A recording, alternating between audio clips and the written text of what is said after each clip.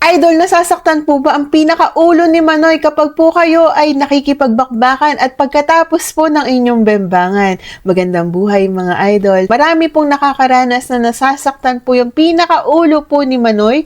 Marami pong dahilan kung bakit, idol. Una po sa lahat, idol, baka naman sobrang tigas ng inyong Manoy at baka naman nasosobrahan na.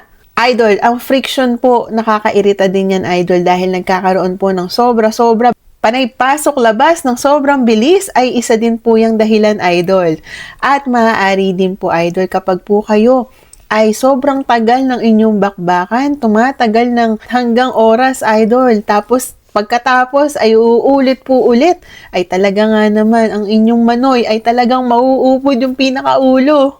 Bugbog talaga ang pinakaulo ni Manoy dyan, idol. Ari din naman, idol, na nakakaranas ka ng prostatitis. Ibig sabihin po, inflammation po ito sa inyong prostate gland na maaari makaranas din po kayo niyan.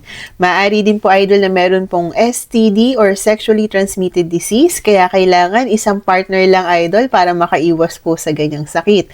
Maaari din po, idol, yung urinary tract infection o kaya naman po yung UTI dahil po sa bacteria o sa infection po. Meron din po tayong tinatawag na balanitis. Ibig sabihin, may inflammation po. May pamamaga po sa pinakaulo po ni Manoy dahil po sa infection o kaya naman po sa fungal. Huwag po mahiya magpa-check sa doktor para po malaman kung ano po pa talaga ang nagiging cause ng pananakit ng inyong ulo kay Manoy. Yun lamang po, idol.